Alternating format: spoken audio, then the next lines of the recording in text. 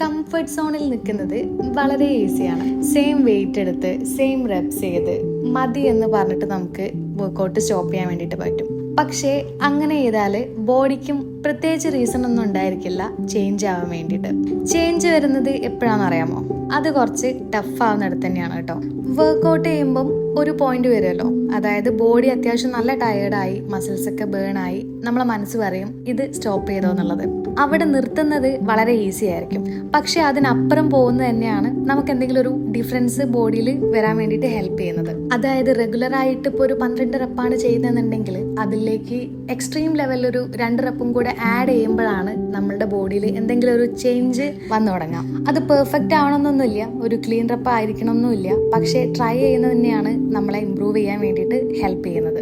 Growth അല്ലെങ്കിലും comfort ആയിട്ട് വരില്ലല്ലോ. അപ്പോൾ അടുത്ത തവണ ഒരു സെറ്റ് ചെയ്യുമ്പോൾ 2 റെപ്പ് എക്സ്ട്രാ ചെയ്ത് നോക്കൂ. അപ്പോൾ ഓക്കെ, ടാറ്റ.